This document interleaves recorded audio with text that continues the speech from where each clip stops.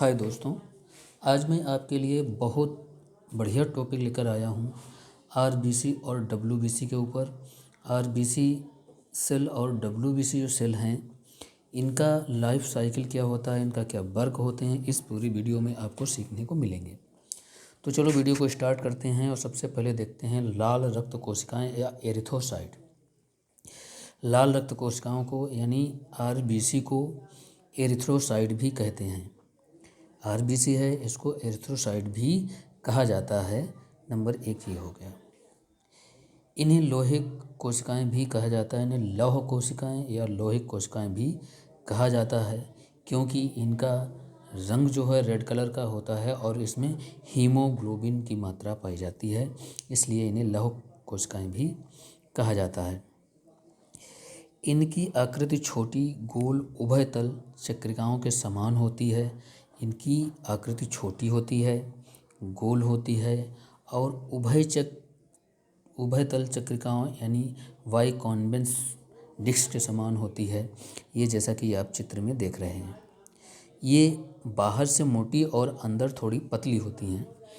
इसके जो किनारों पर मोटी तथा बीच में कम मोटी होती हैं, यानी पतली होती हैं, बीच में कम मोटी होती हैं। ये गहरी लाल रंग की दिखाई देती हैं। ये गहरी लाल लाल रंग की आपको दिखाई देती हैं। ये रेड कलर की ही पाई जाती हैं।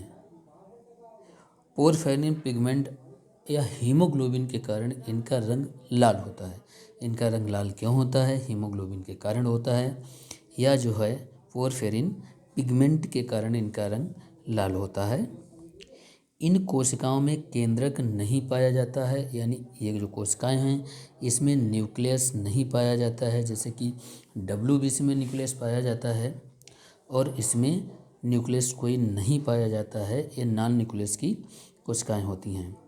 लाल रक्त कोशिकाओं में श्वसनीय वर्णक, ये थोड़ा गलत लिखा हुआ है, श्वसनीय वर्णक यानी रिस्पिरेटरी पिगमेंट एवं हीमोग्लोबिन पाया जाता है। इसके बारे में आगे जानकारी पूरी आपको मिलेगी कि श्वसनीय वर्णक इसे क्यों कहा जाता है। श्वसनीय वर्णक ये ऑक्सीजन का आदान प्रदान करती हैं, यानी ऑक्सीजन का ट्रांसपोर्ट करती हैं, आदान प्रदान करती हैं। लाल रक्त कोशिकाओं का व्यास, इनका जो व्यास है 7.2 म्यूएम तथा मोटाई 2.2 म्यूएम होती है। ये रक्त कोशिकाएं जो आरबीसी होती हैं, इनकी लगभग इनका व्यास जो है 7.2 और मोटाई 2.2 म्यूएम होती है। और ये नॉर्मल काउंट स्त्री एवं बच्चों एवं पुरुषों में आरबीसी की संख्या भिन्न भिन्न हो सकती है, यानी ये संख्या अलग अलग होती है, इनकी नॉर्मल वैल्यू अलग अलग होती है। पुरुषों में इनकी नॉर्मल वैल्यू कितनी हो सकती है? 4.5 से 5.5 मिलियन प्रति MM³ हो सकती है। कितनी होती है? पुरुषों में 4.5 से 5.5 मिलियन प्रति MM³। स्त्रियों में इनकी संख्या, यहाँ पर थोड़ा सा गलत लिखा हुआ है। स्त्रियों में इनकी संख्या 4 से 5 मिलियन, यहाँ 4 से 5 मिलियन प्रति MM³ होती है। बच्चों में इनकी संख्या, यहाँ पर भी थोड़ी सी मिस्टेक है, बच्चों में इनकी संख्या 6 से 7 मिलियन प्रति MM³ होती है। लाल रक्त कोशिकाओं का निर्माण, लाल रक्त कोशिकाएं कहाँ बनती हैं? जैसे कि लाल रक्त कोशिका आपने देखी है, तो इसका निर्माण कहाँ होता है, ये कहाँ बनती हैं? आरबीसी का निर्माण की क्रिया को एरिथ्रोपोएसिस कहते हैं। इसे इंग्लिश में ऐसे ही लिखेंगे, जो आरबीसी की क्रिया होती है, निर्माण की क्रिया होती है, इसको एरिथ्रोपोएसिस कहा जाता है। इनका निर्माण अस्थि मज्जा में यानी बोन मैरो में होता है।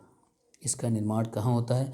बोन मैरो में होता है। जो हमारी बोन मैरो होती है, इसका निर्माण यहाँ से स्टार्ट होता है, बोन मैरो से स्टार्ट होता है। इसका निर्माण बोन मैरो में होता है। यह अस्थि मज्जा, कशेरुका, स्टर्नम, पसलियाँ आदि स्थानों पर जीवन भर पाई जाती हैं। ये कहाँ पाई जाती हैं? अस्थि मज्जा के स्टर्नम, पसलियों में के स्थान पर ये जीवन भर पाई जाती हैं। जब तक जीवन होता है, जब तक ये लगातार पाई जाती हैं। अस्थिमज्जा के मध्य स्टेम सेल स्थित होते हैं। जो अस्थिमज्जा होती है उसके मध्य में, उसके बीच में स्टेम सेल मौजूद होते हैं और ये स्टेम सेल से ही इनका फॉर्मेशन होता है, यानी ये बनती हैं। जब स्टेम सेल परिपक्व होती हैं तो लाल रक्त कोशिकाओं का निर्माण होता है।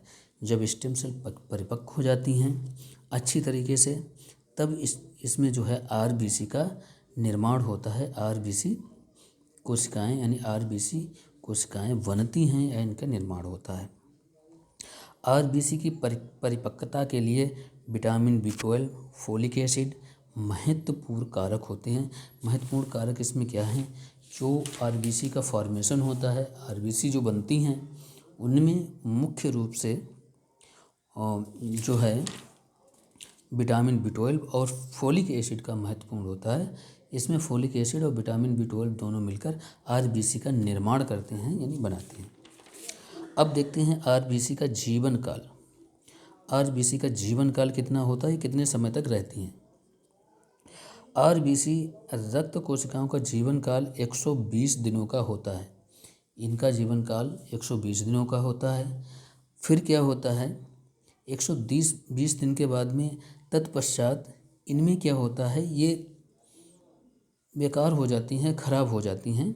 इसमें क्या होता है, रेटिकुलो इंडोथेलियस में स्प्लीन और लीवर में अपघटित होकर नष्ट हो जाती हैं। ये इनका 120 दिन के पश्चात ये स्प्लीन और लीवर में अपघटित होकर नष्ट हो जाती हैं। इनका कोई कार्य नहीं रहता है और ये नष्ट होकर पुनः पिगमेंट बनाकर और ये मूत्र के रास्ते से बाहर निकल जाती हैं और पुनः बनना स्टार्ट हो जाती हैं। पुनः बनना इनका प्रारंभ हो जाता है। ये जैसे डिस्टर्ब होती हैं, जैसे नाश होती हैं, उसी हिसाब से दोबारा ये बनना स्टार्ट हो जाती हैं। आरबीसी कणिकाओं का कार्य, फंक्शन ऑफ आरबीसी। अब देखते हैं इनका आरबीसी कणिकाओं का कार्य क्या होता है, ये हमारे शरीर में किस हिसाब से काम करती हैं। यह निम्न प्रकार से कार्य करती हैं। कैसे निम्न प्रकार से काम करती हैं, ये देखते हैं। तो सबसे पहले ये देखते हैं, the main function of RBC is transport oxygen through out body. RBC का मेन कार्य जो होता है हमारे शरीर में ऑक्सीजन का ट्रांसपोर्शन करना, यानी आदान प्रदान करना होता है, पूरी बॉडी में होता है। नंबर 2 देखते हैं, transport of CO2 from tissue to lungs. यह टिश्यू से लंग्स की ओर ट्रांसपोर्टन करती हैं, आदान प्रदान करती हैं, यानी ऑक्सीजन को लेकर कार्बन डाइऑक्साइड ये लेकर और लंग्स में जाती हैं। और यहाँ पर थोड़ा सा गलत हो गया है, बोलेरिंग एक्शन ये होना चाहिए, बोलेरिंग एक्शन। तो बोलेरिंग एक्शन का काम करता है help in blood group determination, और ब्लड ग्रुप की जांच के लिए ये कार्य करता है, ज़रूरी होता है। आयनिक बैलेंस मेंटेनेंस, और ये आयनिक बैलेंस को बराबर समतल समान बनाए रखता है।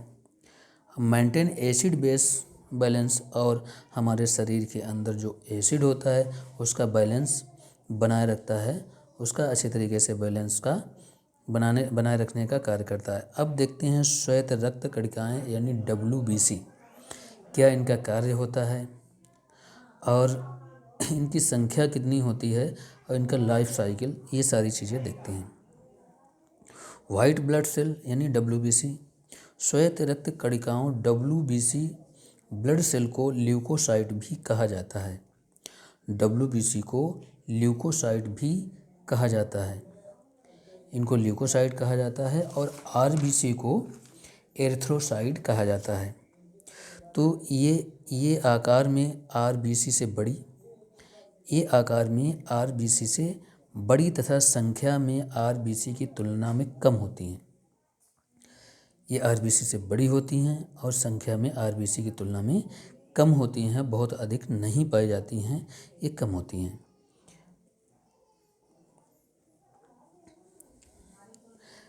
अब देखते हैं WBC पारदर्शी एवं रंगहीन होते हैं।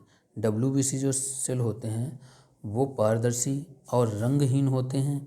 इसमें हम जब परीक्षण करते हैं, डिटर्मिनेशन करते हैं, तो हम इसको एक रंजक द्वारा रंगते हैं, एक स्लाइड बनाते हैं, स्लाइड में ब्लड को स्टेन करते हैं। स्टेन करने के बाद में जैसे लिस्मेन स्टेन आता है तो उससे स्टेन करते हैं, तब इनको रंग प्रदान होता है। वैसे रंगहीन और पारदर्शी होती हैं। इन कोशिकाओं में कोशिका द्रव के केंद्रक पाया जाता है। इन कोशिकाओं में क्या होता है, कोशिका द्रव जो होता है उसमें केंद्रक पाया जाता है, जैसा कि हम अभी आगे आपको चित्र में बताने वाले हैं। इसमें कैसे केंद्रक पाया जाता है, किस प्रकार का होता है। नॉर्मल काउंट, इसमें देखते हैं WBC का नॉर्मल काउंट क्या होता है, इसकी नॉर्मल वैल्यू कितनी ह्यूमन बॉडी में होती है। तो देखते हैं वयस्क में WBC की संख्या लगभग 4000 से 11000 प्रति mm होती है। वयस्क मनुष्य के शरीर के अंदर इसकी संख्या लगभग 4000 से 11000 के मध्य में होती है। अगर ये बढ़ती और घटती हैं तो हमारे शरीर को संक्रमण हो जाता है या संक्रमित दिखाने लगता है, या हमारे शरीर में परेशानियां स्टार्ट हो जाती हैं। सामान्य संख्या में कम तथा ज़्यादा होना शरीर में किसी संक्रमण को दर्शाता है। हमारे शरीर में किसी संक्रमण को दर्शाता है अगर इनकी संख्या ज़्यादा अथवा कम हो जाती है। अब WBC के फंक्शन देखते हैं, WBC के कार्य क्या होते हैं, ये कैसे, इनका मुख्य कार्य है क्या है, और ये कैसे हमारे शरीर को रक्षा प्रदान करती हैं, ये सारी चीज़ें देखते हैं।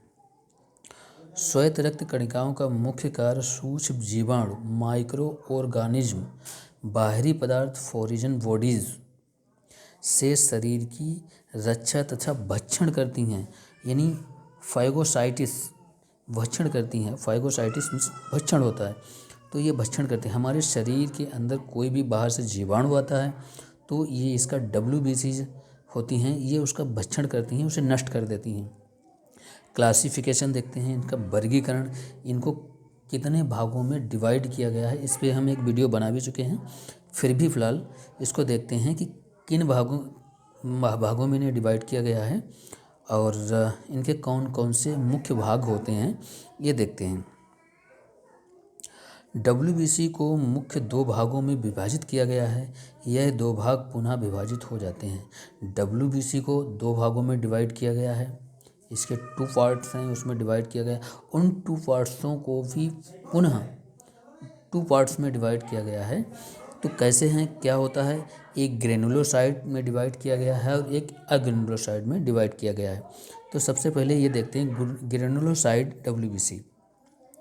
यह ग्रेनुलोसाइट इसलिए कहा जाता है क्योंकि इन कोशिकाओं के कोशिका द्रव्य में दाने यानी ग्रेनुल्स पाए जाते हैं। ये WBC होती है, जैसे कि मतलब इसमें मोनोसाइट है, लिम्फोसाइट है, ये मतलब होते हैं। इसके अंदर जो ग्रेनुल्स पाए जाते हैं जिसके अंदर, उसे ग्रेनुलोसाइट कहते हैं। जैसे कि न्यूट्रोफिल हो गया और आपका इस्नोफिल हो गया, ये चीज़ें ग्रेनुलोसाइट में आती हैं। उत्पत्ति अस्थमज्जा की मेलोब्लास्ट से होती है। इसकी उत्पत्ति अस्थमज्जा की यानी बोन मैरो की मेलोब्लास्ट से होती है। 3 प्रकार की होती हैं। नंबर 1 देखते हैं न्यूट्रोफिल। तो नंबर 1 में न्यूट्रोफिल देखते हैं। न्यूट्रोफिल क्या होता है, इसकी आकृति कैसी होती है, अभी वीडियो में आपको चित्र के माध्यम से बताएंगे। न्यूट्रोफिल, इनकी संख्या लगभग 2000 से 8000 mmQ होती है। इनकी संख्या 2000 से 8000 mmQ होती है। इनमें केंद्रक मल्टीलेबल्ड होता है। इनमें केंद्रक जो है मल्टीलेबल्ड कैसा होता है, मतलब 1 से अधिक होता है। केंद्रक 1 से अधिक होता है न्यूट्रोफिल्स में। आगे देखते हैं, इसमें ये चित्र के माध्यम से आप देखिए, ये न्यूट्रोफिल है, इसमें मल्टीलेबल्ड न्यूक्लियस है, जैसे कि ये आपको दिखाया गया है। इसमें ये केंद्रक पाया जाता है। ऐसे ही इसमें केंद्रक बेसोफिल में है, ऐसे ही इसमें केंद्रक बेसोफिल में है, और बाद बाकी इसमें 3 में केंद्रक पाया जाता है, न्यूट्रोफिल, इस्नोफिल और बेसोफिल में। इनमें केंद्रक पाया जाता है, इनको हम ग्रेनुलोसाइट कहते हैं। और उसके बाद जिसमें केंद्रक नहीं पाया जाता, जैसे मोनोसाइट है, लिम्फोसाइट, इसमें केंद्रक जैसे कि मतलब ये पूरा गोल है, ये भी पूरा एकदम वैसे टाइप का है, गोल टाइप का है। तो इसमें ये केंद्रक नहीं दिखाई दे रहे हैं, तो इनको हम अग्रेनुलोसाइट कहते हैं। अब देखते हैं इनका व्यास कितना होता है। ग्रेन्यूल्स का डायमीटर 10 से 12 μm होता है। जो न्यूट्रोफिल होता है उसका व्यास कितना होता है, 10 से 12 μm होता है। लाइफ साइकिल यानी लाइफ स्पैन, ये इनका जीवन काल कितना होता है न्यूट्रोफिल का, तो न्यूट्रोफिल का जीवन काल, इसका लाइफ स्पैन 6 घंटे से कुछ दिनों तक होता है। इनका मुख्य कार्य भक्षण यानी फैगोसाइटोसिस क्रिया करना होता है। इनका मुख्य कार्य क्या होता है, भक्षण करना होता है, फैगोसाइटोसिस क्रिया करना होता है। अब देखते हैं स्नोफिल क्या होता है। स्नोफिल्स, इनकी संख्या लगभग 100 से 600 mm³ होती है। इनकी संख्या होल ब्लड में कितनी होती है, 100 से 600 mm³ होती है। केंद्रक की बात करें तो इसमें केंद्रक जो है बेलोवेड होता है। ग्रेनुअल्स कितने डायमीटर का होता है, 10 से 14 μm का होता है। लाइफ साइकिल, इसका लाइफ स्पैन कितना होता है, कितने समय तक ये स्नोफिल जीवित रहते हैं, तो ये लगभग 5 दिन तक जीवित रहते हैं। इसके बढ़ जाने से या कम हो जाने से क्या होता है, जैसे एलर्जी हो सकता है, अस्थमा, इसमें जो उत्तेजित हो जाते हैं, बढ़ जाते हैं। अब देखते हैं बैसोफिल क्या होता है। बैसोफिल, इनकी संख्या लगभग कितनी होती है, इनकी संख्या लगभग 200 mm³ होती है। यहाँ पर mm³ होना चाहिए। इनकी संख्या 200 mm³ होती है। इनमें इनका मुख्य कार्य क्या होता है, इनका कार्य क्या होता है, हाइपर सेंसिटिविटी में भाग लेना होता है। इसका हाइपर सेंसिटिविटी में भाग लेते हैं ये, इनका ये मुख्य कार्य होता है। इसमें ग्रेनुलोसाइट 10 से 14 μm का होता है। ग्रेनुलोसाइट इसमें डायमीटर में कितना, व्यास में कितना होता है, 10 से 14 μm तक होता है। इनका लाइफ स्पैन कितना होता है, कुछ घंटे से कुछ दिनों तक, ये कुछ घंटे से कुछ दिनों तक जिंदा रह सकती हैं। अब देखते हैं अग्रेनुलोसाइट। अभी तो ये ग्रेनुलोसाइट की बात हो रही थी, अब बात हो रही है एग्रेनुलोसाइट। इस प्रकार के कोशिका द्रव में किसी भी प्रकार के दाने या ग्रेनुल्स या कणिका जैसी संरचना नहीं पाई जाती है। इसमें भी कोई ऐसी स्ट्रक्चर नहीं होती है, कोई ऐसी संरचना नहीं होती है जिसमें ग्रेनुल्स पाए जाते हों। ये सिर्फ 2 ही प्रकार के होते हैं, ये लिम्फोसाइट और मोनोसाइट होते हैं। इसमें कोई भी ग्रेनुल्स नहीं पाए जाते हैं, तो इसलिए इसे अकणिकामय कोशिका कहते हैं। ये अग्रेनुलोसाइट WBC इसको कहा जाता है। ये 2 प्रकार के होते हैं। नंबर 1 लिम्फोसाइट, इनकी संख्या लगभग 1600 से 2700 mm होती है। संख्या कितनी होती है, 1600 से 2700 mm³ होती है। और इनमें केंद्रक कैसा होता है, इसमें केंद्रक स्फेरिकल होता है, स्फेरिकल केंद्रक होता है। डायमीटर कितना होता है, इनका व्यास कितना होता है, लिम्फोसाइट का व्यास 15 से 17 μm होता है। 15 से 17 μm इनका डायमीटर का इनका व्यास होता है। ये गोलाई में होती है। लाइफ स्पैन कुछ घंटों से सालों तक, इनका लाइफ स्पैन कुछ घंटों से सालों तक हो सकता है, ऐसा माना जाता है। इनका मुख्य कार्य क्या होता है, प्रतिरक्षा करना, हमारे अंदर प्रतिरक्षा करना, हमारे अंदर जो भी चीज़ें हैं उनसे हमारी रक्षा करना, बाहरी ऑर्गन से हमारी रक्षा करना होता है। अब देखते हैं मोनोसाइट क्या होते हैं। तो मोनोसाइट, इनकी संख्या लगभग 400 से 800 mm होती है। इनकी संख्या मोनोसाइट जो है 400 से 800 mm तक होती है। और यह किडनी के आकार के होते हैं, किडनी शेप के ये होते हैं, किडनी के आकार के ये पाए जाते हैं। इनका व्यास जो है डायमीटर 14 से 24 mm होता है। इनका व्यास 14 से 24 mm तक होता है। इनका व्यास इतना होता है। उसके बाद में इसमें देखते हैं इनका कार्य क्या होता है। इनका कार्य, इन काम यहाँ पर कार्य होना चाहिए। इनका कार्य ऊतकों की मरम्मत करना तथा भक्षण ये यहाँ पे गलत हो गया है। भक्षण क्रिया करना होता है, यानी इसकी ऊतकों की मरम्मत करना होता है अथवा भक्षण क्रिया करना होता है। फाइगोसाइटोसिस जिसे कहते हैं भक्षण क्रिया को, ये करना होता है। अब प्लेटलेट्स देखते हैं, इसमें प्लेटलेट्स भी आता है। प्लेटलेट्स क्या होते हैं? प्लेटलेट्स को थ्रोम्बोसाइट भी कहते हैं क्योंकि ये ब्लड को क्लॉट करता है, क्लॉट करने में सहायता करता है, क्योंकि यह रक्त का थक्का जमाने में सहायक होती हैं। प्लेटलेट्स में केंद्रक नहीं पाया जाता है, इसमें भी कोई न्यूक्लियस नहीं पाया जाता है। इनका व्यास जो है 2 से 3 म्यूएम आकार में आरबीसी से 1/4 होता है। इनका आकार जो है 2 से 3 म्यूएम होता है और आरबीसी से लगभग 2 से 1/4 होता है। नॉर्मल काउंट रक्त में लगभग 1.5 लाख से 4.5 लाख तक होते हैं। अगर 1.5 लाख से कम है तो दिक्कत हो सकती है, और 4.5 लाख से अधिक बढ़ती हैं फिर भी लोगों को दिक्कत हो सकती है, क्लॉटिंग की दिक्कत आनी स्टार्ट हो जाती है। प्लेटलेट्स का निर्माण देखते हैं। फॉर्मेशन ऑफ प्लेटलेट्स, प्लेटलेट्स का निर्माण कैसे होता है, इसका फॉर्मेशन कैसे होता है? प्लेटलेट्स का निर्माण अस्थिमज्जा में पाई जाने वाली सबसे बड़ी कोशिका, जो अस्थिमज्जा में सबसे बड़ी कोशिका पाई जाती है उसमें इसका निर्माण होता है। इसको मेगाकैरियोसाइटिस कहते हैं, इसको मेगाकैरियोसाइटिस कहते हैं, या इससे उत्पन्न होता है या इससे होता है। इसका लाइफ स्पैन क्या होता है? प्लेटलेट्स का लाइफ स्पैन यानी जीवन काल 5 से 9 दिन तक होता है। इसका जीवन काल 5 से 9 दिन तक होता है। प्लेटलेट्स का मुख्य कार्य क्या होता है? रक्त में थक्का बनाना होता है, रक्त को जमाना होता है, इसका थक्का बनाना होता है। ये पूरी जानकारी आपको इस वीडियो के माध्यम से मैंने दी। आशा करता हूँ आपको ये पसंद आई होगी। आगे और भी आपको ऐसी जानकारी दूंगा। आप चैनल को सब्सक्राइब करें, और अगर कोई प्रश्न है आपका तो मुझे बताएं, मैं उसका तत्काल आंसर देने का प्रयास करूंगा। Thank you.